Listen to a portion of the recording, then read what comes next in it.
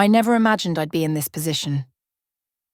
After 10 years of marriage, 2 wonderful but exhausting kids, and a business that my husband and I built from the ground up, I thought we had faced our fair share of challenges. But nothing prepared me for the moment I found that torn condom wrapper in our bed. At first, I stared at it, my mind struggling to process what I was seeing. A rush of confusion flooded me. My husband, Ethan, and I hadn't been intimate in weeks, maybe months, caught up in the relentless routine of parenting and work. He was always the dependable one, the kind of man who double-checks grocery lists and remembers birthdays. Cheating? That just wasn't in his nature. I wanted to dismiss it as a fluke, but my heart pounded with questions. Why was it there? Had it somehow been stuck to our clothes? Had one of the kids brought it in? No, that didn't make sense. Then another realization hit me. If it was here, that meant he had used it. But for what? I tried to rationalize. Maybe he used it for masturbation to avoid making a mess. It seemed logical, though I'd never known him to do that before. Still, I was willing to give him the benefit of the doubt. That night, I lay in bed, my thoughts racing. Should I ask him? Accusing him outright felt wrong. I trusted him, didn't I? But as I tried to sleep, doubt crept in. It wasn't just the wrapper. I suddenly remembered the pack of condoms he kept in his drawer. We had bought them months ago, but hadn't used them in a long time. The next morning, when he was in the shower, I checked. There were fewer now. My stomach dropped.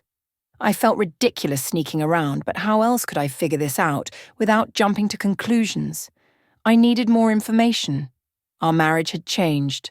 I wouldn't say we were unhappy, but we were distant.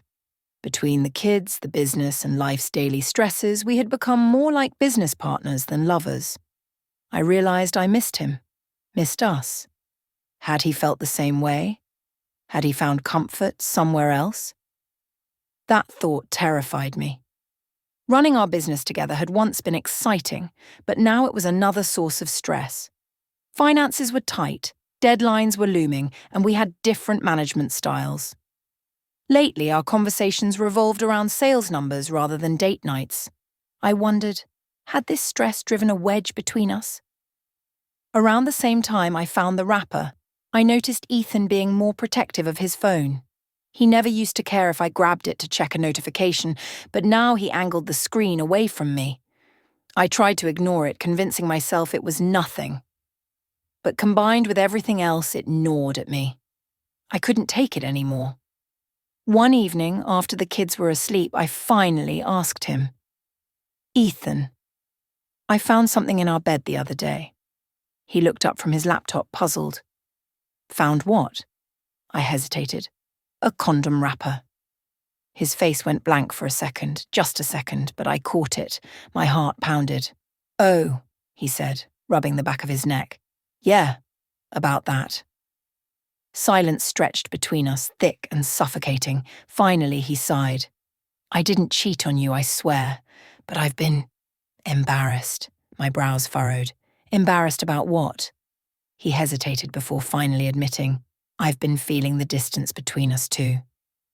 And I didn't know how to bring it up. I started using the condoms alone.